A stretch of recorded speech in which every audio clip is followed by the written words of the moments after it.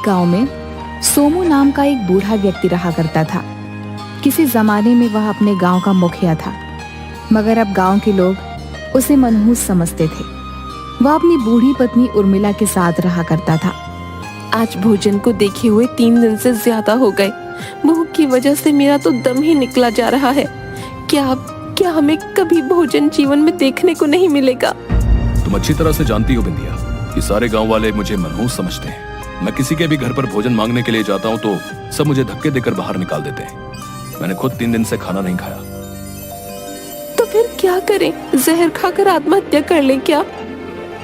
अफसोस की बात तो यह है बिंदिया कि हम दोनों के पास जहर खाने तक के लिए पैसे नहीं है।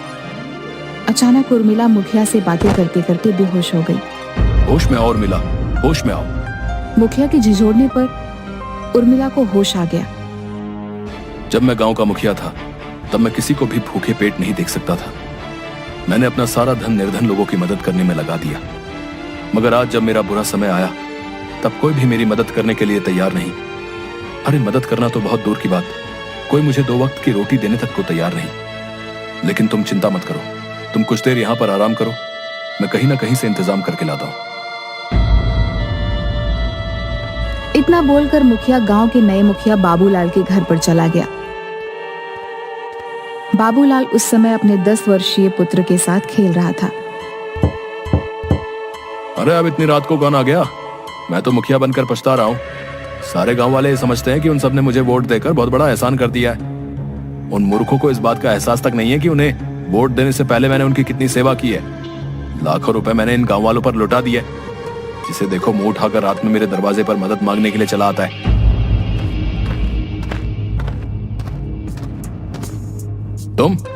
तुम मेरे दरवाजे पर क्या कर रहे हो भाई? मैं और मेरी पत्नी 3 दिन से भूखे हैं। अगर तुम्हारे घर में कुछ रोटियां पड़ी हो तो वो मुझे दे दो। देखो सोमू, तुम्हारी जगह अगर कोई और होता तो मैं उसे कुछ खाने को भोजन दे देता, मगर तुम्हारी बात अलग है।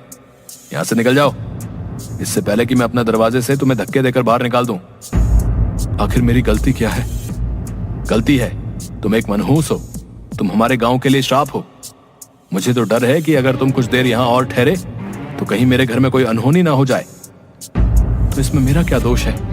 मत भूलो बाबूलाल कि वर्षों पहले मैं भी इस गांव का मुखिया था, और जब मैं गांव का मुखिया था तब इस गांव के लोगों की मदद करना अपना कर्तव्य समझता था। मेरे दरवाजे से आज तक कोई भूखा खाली पेट वापस नहीं गया। तुम ऐसा करके बहुत बड़ा पाप कर रहे हो। तुम मुखिया थे जब थे, अब वो जमाने चले गए। कब तक अपनी उन पुरानी बातों का ढिंडोरा पीटते रहोगे? आज में जीना सीखो संपत। आज तुम एक मनहूस व्यक्ति हो। तो फिर मैं क्या करूं? नहीं मुझे इस गांव में कोई काम देता है और नहीं खाने को। मेरे पास तुम्हारे लिए एक सुझाव है, तुम जाकर अपने आप को खत्म कर लो, क्योंकि अगर तुमने ऐसा नहीं किया तो कुछ दिन बाद गांव वाले तुम्हें लाठी डंडों से मार मार कर समाप्त कर देंगे। अचानक बाबूलाल के कानों में उसके 10 वर्षीय बेटे की चीख टकराई। वह दौड़ता हुआ अंदर पहुंचा। क्या हुआ बिल्लू को? पता नहीं जी, बिल्लू खेल रहा था। खेलते खेलते अचानक इसका पैर फिसल गया और ये गिर गया। देखो इसके सर से कितना खून बह रहा है। मैं जानता था कि ये मनहूस सोमू हमारे लिए कोई नई मुसीबत खड़ी कर देगा। इस मनहूस के कदम जब जब मेरे घर के दरवाजे पर पड़े हैं तब तब ऐसा ही अपशगुन हुआ है। अब मेरा मुंह क्या देख रही हो? बिल्लू को डॉक्टर के यहाँ ले जाना होगा। बाबूलाल बिल्लू को उठाकर अपनी पत्नी के साथ सीधे डॉक्टर की दुकान पर पहुंच गया। क्या हुआ से? इसके तो सर से बहुत खून निकल रहा है। तुम एक अपने छोटे से बच्चे का ख्याल भी नहीं रख सकते, तो तुम गांव का क्या ख्याल रखोगे? अपना मुंह बंद करो डॉक्टर, और मेरे बच्चे का इलाज करो। मत भूलो कि इस गांव का मुखिया हूं मैं, तो भाषण देना मुझे ज्यादा सूट करता है, और तुम्हें सिर्फ इलाज करना सूट करता है। इलाज करो बिल्लू का।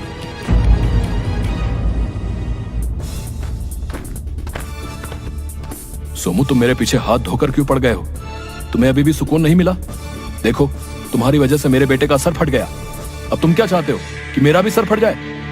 मैं तो सिर्फ तुम्हारे पुत्र को देखने के लिए चला आया था। तुम्हें देखने की कोई जरूरत नहीं है सोमू, तुम यहाँ से चले जाओ। मेरी पत्नी कुछ देर पहले बेहोश हो गई है, मुझे थोड़े पैसे दे दो। ज्यादा नहीं, सिर्फ इतने दे दो कि मैं अपनी पत्नी को भोजन करा सकूं। मेरी पत्नी कुछ देर पहले बेहोश हो गई थी। तुम और तुम्हारी पत्नी हर बार बेहोश ही होते हो। अरे मर क्यों नहीं जाते? ये कैसी बातें कर रहे हो? अब ये बिल्कुल ठीक है, इसे घर ले जा सकते हो। तुम यहाँ पर क्यों आए हो सोमू? निकल जाओ यहाँ से। मैं और मेरी पत्नी 3 दिन से भूखे हैं, मुझे कुछ खाने को दे दीजिए। देखा, बेचारा डॉक्टर, अब इसका इलाज कौन करेगा? डॉक्टर की चीख सुनकर वहां मौजूद बल्ली, बलराम और भी गांव के कई व्यक्ति जमा हो गए। देखते ही देखते डॉक्टर की दुकान पर भीड़ लग गई। वह सभी सोमू को क्रोध भरी नजरों से देख रहे थे। जब डॉक्टर बाबू की चीख हमें सुनाई दी, हम तभी समझ गए थे सोमू कि तुम यहीं कहीं आसपास होगे, और हमारा शक बिल्कुल सही निकला। बल्ली बिल्कुल सही कह रहा है सोमू, अब हम तुम्हें इस गांव में एक पल भी नहीं रहने देंगे। हम तुम्हें और ज्यादा नहीं झेल सकते। मेरी हालत पर तरस खाओ। तुम गांव वालों के लिए मैंने क्या कुछ नहीं किया। मत भूलो, आज जो गांव में विकास हुआ है वो सब मेरी ही मेहनत का नतीजा है।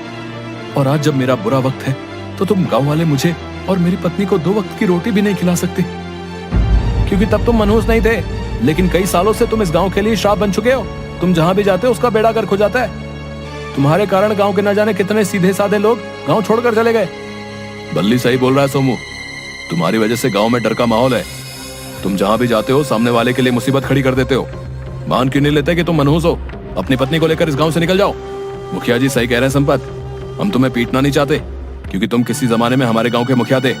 लेकिन अगर तुम अभी और इसी वक्त अपनी पत्नी को लेकर इस गांव से नहीं गए तो हम सब गांव वाले तुम्हें धक्के देकर बाहर निकाल देंगे। बलराम की बात सुनकर सोमू की आंखों में आंसू आ गए। इसके बाद वो अपने घर की ओर चल दिया और अपनी पत्नी को लेकर जंगल में चला गया। वो दोनों एक एक घने पेड़ की छाया में बैठकर रोने लगे और रोते रोते सोमू और उसकी पत्नी उर्मिला बेहोश हो गए। अगली सुबह दोनों की आंख भूख की वजह से खुल गई। लगता है हमारी किस्मत में इस जंगल में भूखे पेट ही मरना लिखा है। हिम्मत मत हारो बिंदिया, ईश्वर पर भरोसा रखो। सोमू ने इतना बोला ही था कि तभी बहुत तेज हवा चलने लगी और उस हवा में सफेद रंग की किरण उन दोनों के चेहरे पर फूटने लगी। कुछ ही देर में सोमू और उसकी पत्नी उर्मिला बूढ़े से जवान हो गए। उन दोनों को खुद में बहुत ताकत महसूस होने लगी। ये क्या हो गया? हम दोनों जवान कैसे हो गए? मेरी भी कुछ समझ में नहीं आ रहा बिंदिया, आखिर ये चमत्कार कैसे हो गया? कहीं ये कोई जादू जंगल तो नहीं? तभी उन दोनों के कंधों में जोर सा दर्द होने लगा और कुछ ही पलों में उनके दोनों के दोनों कंधों पर बड़े बड़े पंख निकल आए। ये क्या उर्मिला, हम दोनों के शरीर में तो पंख निकल आए। आखिर ये क्या हो रहा है? एक तो वैसे भी गांव वाले हम दोनों को मनहूस समझते थे। अगर हम ये पंख लेकर वहां पर जाएंगे तो वो हम सबको देखकर बुरी तरह से डर जाएंगे। हो सकता है कि वो हमें कहीं जान से ही ना मार दे। तभी उन दोनों के कानों में बाबूलाल और उसकी पत्नी की आवाज टकराई। मेरे कानों में तो गांव के मुखिया और उसकी पत्नी की चीखें टकरा रही हैं। और मुझे भी ऐसा लग रहा है जैसे कि बाबूलाल मदद मांग रहा हो। लगता है बाबूलाल मुसीबत में है, हमें उनकी मदद करनी चाहिए। मैं उसकी मदद कभी नहीं कर सकता। कल रात मैं उसके दरवाजे पर तुम्हारे लिए भोजन मांगने गया तो उसने मुझे कितना अपमानित किया। और तो और उसने गांव वालों के साथ मिलकर मुझे और तुम्हें गांव से धक्के देकर बाहर निकाल दिया। ऐसा नहीं कहते। मत भूलो कि तुम जब गांव के मुखिया थे तब तुम लोगों की मदद किया करते थे। शायद ये पंख हमें लोगों की मदद करने के लिए ही दिए गए हो। भला ये क्या बात हुई? एक तो कुछ सालों से वैसे भी हम दोनों गांव वालों से अपमानित हो रहे हैं, धक्के खा रहे हैं, और ऊपर से तुम बोल रही हो कि ईश्वर ने हमें ये पंख उन लोगों की मदद के लिए दिए हैं। उर्मिला, जो भी हो, एक बार चलकर देखते हैं। तुम्हारी बात तो सही है बिंदिया, लेकिन हम दोनों अभी भी इस रहस्य को नहीं समझ पाए हैं कि हम दोनों अचानक जवान कैसे हो गए और ये पंख कैसे निकल आए। हम दोनों कोई चिड़िया या पंछी तो नहीं है। हमें तो ये भी नहीं पता कि इन पंखों का इस्तेमाल कैसे किया जाए। सोमू ने इतना कहा ही था तभी उसकी पत्नी के पंख बुरी तरीके से फड़फड़ाने लगे और वह पंख दोनों को उड़ाते हुए गांव की ओर ले गए। कुछ ही देर में सोमू और उर्मिला बाबूलाल की छत पर खड़े हुए थे। उन्होंने देखा कि बाबूलाल के घर में आग लगी हुई है और उसकी पत्नी कमरे में बंद थी। बाबूलाल बाहर से मदद की गुहार लगा रहा था। मेरा अंदाजा सही निकला, बाबूलाल की पत्नी मुसीबत में है।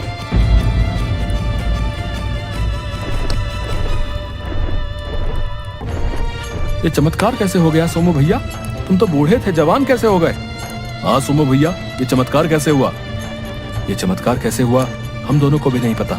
लेकिन तुम सब ये क्यों नहीं सोचते कि तुमने हम दोनों पति पत्नी के साथ जानवरों से भी बदतर व्यवहार किया? हम दोनों पति पत्नी 3 दिन तक भूख प्यास से तड़पते रहे, मगर तुम में से किसी ने भी रोटी का एक टुकड़ा तक हम दोनों को खाने को नहीं दिया। इसके बावजूद भी जब भी तुम पर मुसीबत पड़ी तो मैंने और मेरी पत्नी ने मदद की। मुझे माफ कर दो सोमू, अब मुझे अपनी गलती का पछतावा हो रहा है। तुम बिल्कुल सही कह रहे हो, मैंने तुम्हें एक बार नहीं बल्कि पता नहीं कितनी बार अपमानित करके अपने घर के द्वार से धक्के देकर बाहर निकाला, और आज जब मेरी पत्नी आग में जल रही थी तो तुमने ही मेरी मदद की। हम सब गांव वालों को क्षमा कर दो। नहीं, मैं तुम सब गांव वालों को कभी क्षमा नहीं कर सकता, और तुम सबके बुरे व्यवहार को मैं कभी नहीं भूल सकता। तुम सब लोगों ने मुझे मनहूस मनहूस कहकर मेरी और मेरी पत्नी का बहुत अपमान किया है। अब मैं और मेरी पत्नी इस गांव में कभी नहीं आएंगे। तभी फिर से तेज हवा चलने लगी और उस तेज हवा में रोशनी फूटने लगी। अचानक उन रोशनी की किरणों से एक साधु प्रकट हो गया, जो कब से सोमू और उर्मिला की तरफ देखकर रहस्यमय अंदाज में मुस्कुरा रहा था। इन गांव वालों की कोई गलती नहीं है सोमू। अगर किसी भी मनुष्य की वजह से किसी के घर पर कोई आपदा आ जाती है और ये हर बार ऐसा हो, तो वो मनुष्य उस मनुष्य के साथ दुर्व्यवहार ही करेगा। आप कौन हैं? तुम्हें सब याद आ जाएगा और तुम्हारे सारे सवालों के जवाब भी मिल जाएंगे। मैं जानता हूं कि तुम दोनों जवान कैसे हो गए और तुम दोनों के शरीर पर ये पंख कैसे निकल आए। तो हमें बताइए साधु महाराज, आखिर ये सब कुछ हो क्या रहा है और इस चमत्कार की वजह क्या है? तो सुनो, तुम दोनों इस गांव में रहने वाले नहीं हो। तुम दोनों इस पृथ्वी के जादुई जंगल के वासी हो, जहां पर लोग बूढ़े नहीं होते और उन सबके पंख भी होते हैं। एक दिन मैं उस जादुई जंगल में तपस्या कर रहा था। तपस्या करने के बाद मुझे बहुत जोरों से भूख और प्यास लगी। तभी तुम दोनों उड़ते हुए उस जंगल में आ गए और वहां मौजूद एक जादुई तालाब में पानी पीने लगे और एक वृक्ष से मीठे फल खाने लगे। तुम दोनों उस जंगल के राजा और रानी थे। मैं तुम्हारी आज्ञा के बगैर उस तालाब में पानी नहीं पी सकता था और ना ही उस वृक्ष के मीठे फल खा सकता था। मैंने जब तुमसे खाने के लिए फल और पीने के लिए पानी मांगा तो तुमने मुझे अपमानित करके जंगल से निकल जाने के लिए कहा, और इसीलिए मैंने तुम्हें श्राप दे दिया और तुम दोनों साधारण मनुष्य बन गए। श्राप के कारण तुम दोनों को कुछ भी याद नहीं रहा और ना ही इन गांव वालों को कि तुम दोनों इस गांव के वासी नहीं हो। मैं तुम्हें एहसास दिलाना चाहता था कि भूख और प्यास क्या होती है, लेकिन जब मैंने देखा कि तुम दोनों साधारण मनुष्य बनकर भी आराम का जीवन व्यतीत कर रहे हो, इसलिए मैंने अपनी शक्ति से तुम्हें एक मनहूसियत का श्राप भी दे दिया। मनहूस होने की वजह से सारे गांव वाले तुम्हें अपमानित करने लगे और तुम भूखे और प्यास में रहने लगे। मेरे श्राप का तोड़ यही था कि इतना अपमानित होने के बावजूद भी अगर तुम अपनी हालत में बाबूलाल की मदद नहीं करते तो तुम कभी श्राप से मुक्त नहीं हो पाते और दोबारा साधारण मनुष्य बन जाते। इतना कहकर उस साधु ने अपना हाथ सोमू और उर्मिला के आगे कर दिया।